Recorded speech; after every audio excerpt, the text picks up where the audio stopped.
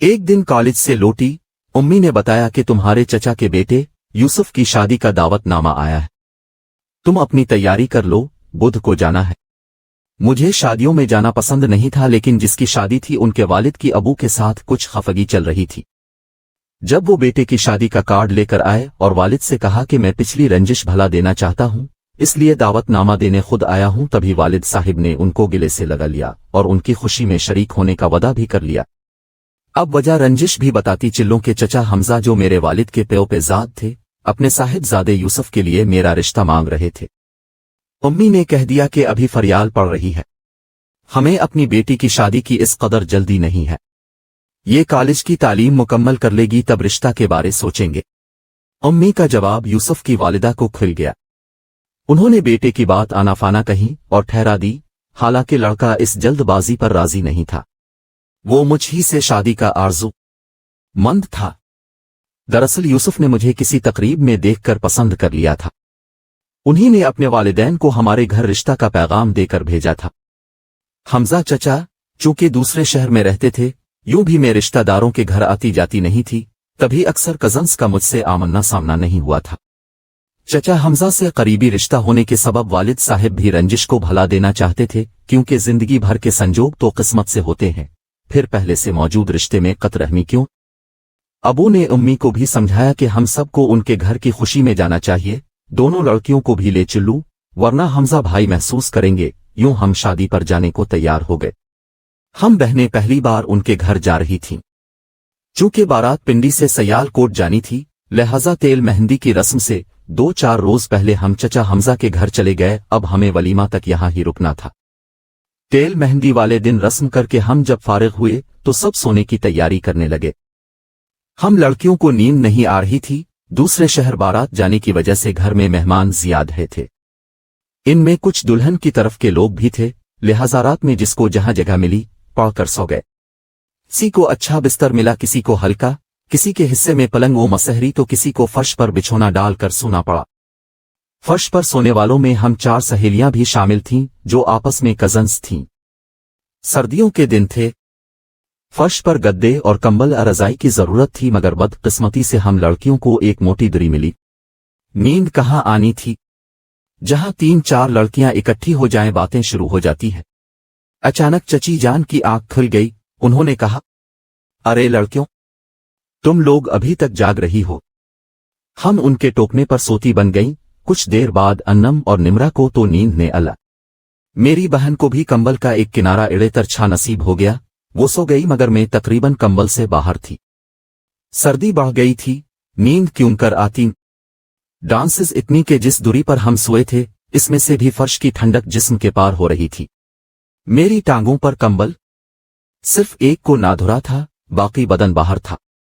भला ऐसे में कोई कैसे सो सकता है जबकि फर्श से भी ठंडक हड्डियों के आर पार हो रही हो। सब ही गहरी नींद सो रहे थे, किसको जगाती। अजनबी घर और अजनबी लोग। जाहिर है जब ऐसे रिश्तेदारों के घर जाना हो जहां मेहमान ज्यादा हों तो अजनबियत महसूस होती ही है। अब सर्दी से बचने की एक ही सूरत थी कि मैं सहन में पड़ी बिस्तरों वाली पैटी से कोई कंबल या गर्म शाल निकाल कर ले आऊं, क्योंकि चची जान ने सोने से कब्ल कह दिया था कि अगर ओढ़ने बिछाने को कुछ चाहिए हो तो सहन में रखी पैटी से निकाल लेना, इसमें कंबल पड़े हुए हैं। मरता किया ना करता, हिम्मत करके सहन में निकली, मगर यहां हर तरफ अंधेरा नजर आया। शायद बिजली चली गई थी। अब तो मुझे डर लगने लगा। इसी गोमगो की कैफियत में थी। अंधेरे की वजह से बाहर जाने को हिम्मत ना हो पा रही थी। अल्लाह का नाम लेकर चंद कदम आगे बढ़ाए और पैटी तक पहुंची ही थी कि एक काली बली जो शायद पैटी पर बैठी इस्तिराहत फरमा रही थी, कूदकर मेरे पैरों के पास आ रही और फिर ये जा वो जा। उफ मेरे खुदा, मेरी रूह कांप गई। मुझे लगा जैसे कोई भूत का बच्चा था जो शरारत के अंदाज में मुझ पर कूदा था। मेरे मुंह से हल्की से चीख निकल गई। मैं तारों से मध्यम रोशनी को ज़ादरा बनाकर इसी कमरे की तरफ लपकी जहां से निकली थी। जब दर पर पहुंची तब भी पता न चला कि मैं सीन कमरे की बजाय साथ वाले कमरे के दरवाजे पर आ चुकी हूं। कमरे में बैटरी से चलने वाली इमरजेंसी लाइट ऑन थी। बेधड़क इस कमरे में चली गई। अंदर कदम रखा तो एहसास हुआ कि किसी और कमरे में आ चुकी हूं। मुल्क की रोशनी में कोई पलंग पर नींद दराज था। शायद इसे भी उस वक्त नींद न आ रही थी। मुझे अपने कमरे में देखा तो वो उठ बैठा। समझा कि इसके घर की कोई खातून किसी शय को उठाने आई होगी। उसने इमरजेंसी लाइट मेरी तरफ की तो मेरा चेहरा नजर आ गया। पूछने लगा कि किसी शय की जरूरत है क्या। अब मैं भी उसका चेहरा देख सकती थी। वो एक खूबरू नौजवान था। उसे पहली बार देख रही थी। मालूम न था कौन है और क्या नाम है इसका का। नहीं, किसी शय की जरूरत नहीं है। गलती से इस कमरे मैं आ गई। ये कहते हुए हैन वापस पलटी। सुनो फरियाल। इस खूबसूरत नौजवान ने जब मेरा नाम पुकारा तो मैं दम बखुद रह गई। आप मेरा नाम जानते हैं? हाँ, लेकिन तुमने मुझे पहचाना नहीं शायद। मैं यूसुफ हूं, तुम्हारा वही कजिन जिसकी शादी में तुम आई हो। तुमको इस वक्त क्या चाहिए मुझे बताओ। वो जी। मैं हकलाने लगी। सर्दी बहुत है ना। डांसेस से नींद नहीं आ रही थी, कंबल चाहिए था। ऐसा करो, तुम यहां मेरे कमरे में सो जाओ। मैं कहीं और जाकर सो जाता हूं।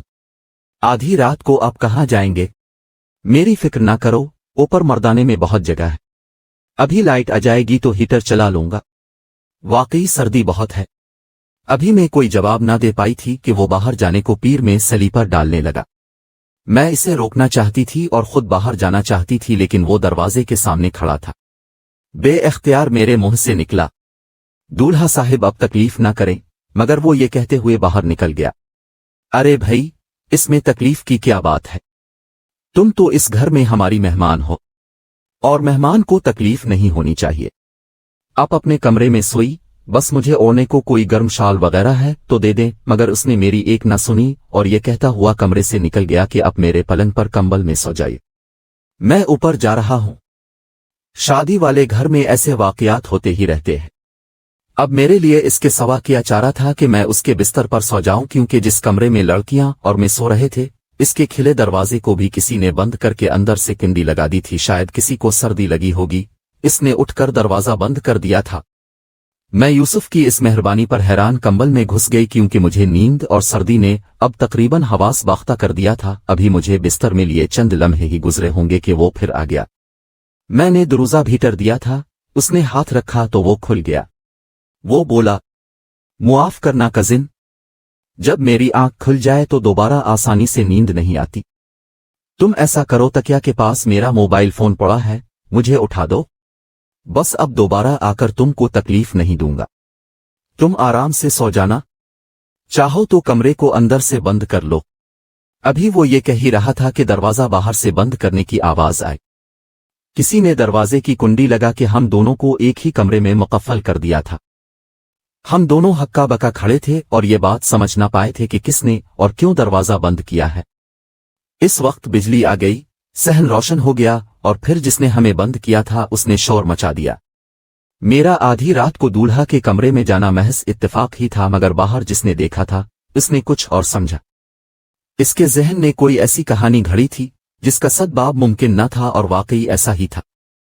बारात में आई हुई दुल्हन की सौतेली खाला ने मुझे सहन में आते और फिर यूसुफ के कमरे में जाते हुए देखा था। मालूम नहीं वो पहले से सहन में थी, वॉशरूम गई थी या मेरे ताक़ुब में कमरे से बाहर निकली थी। दरअसल दुल्हन की यह खाला अपनी भांजी के रिश्ते पर कतई खुश न थी, बल्कि वो इस लड़की के साथ अपने बेटे का रिश्ता चाहती थी। इस खातून ने 2-4 औरतों को इकट्ठा के करके वहां ऐसा शोर डाला कि उम्मी अबू किसी को मुंह दिखाने के काबिल ना रहे।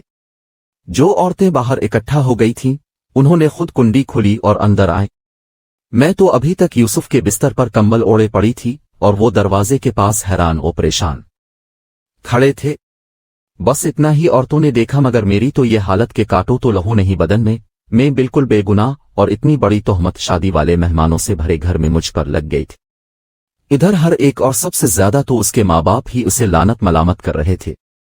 पहले तो उसने कोशिश की कि ऐसा बस इत्तेफाकिया हुआ है।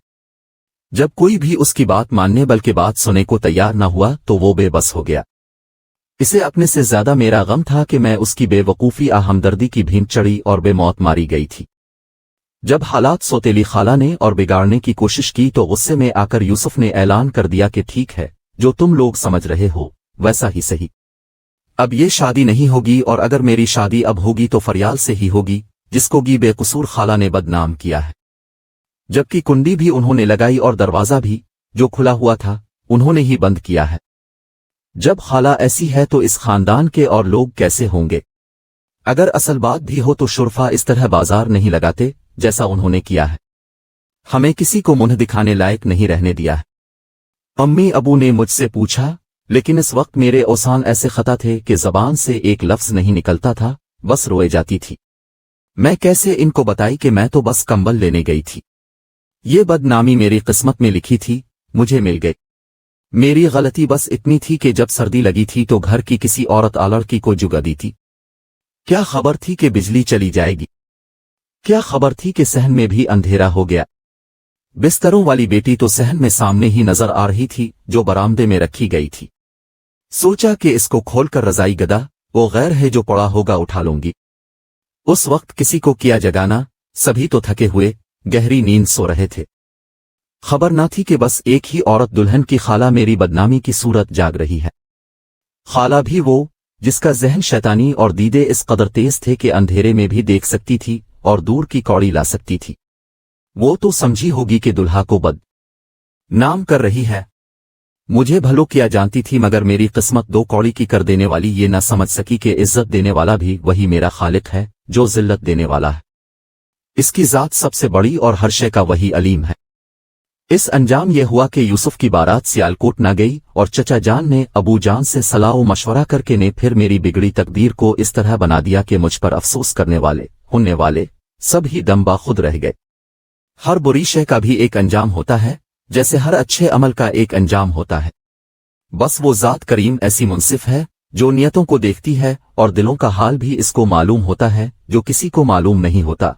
میرا رشتہ یوسف کے لیے مانگ لیا. انہوں نے ایک دوسرے کو گلے لگا لیا اور دنیا کی باتوں کی پرواہ نہ کی، کیونکہ یہ دانا بزرگ اس کم ظرف خالہ کے اوچھے وار کو سمجھ گئے تھے. اس طرح میرے مقسوم میں یوسف کی شریک حیات ہونا لکھا تھا، اور مقسوم کے لکھے کو کون مٹا سکتا ہے؟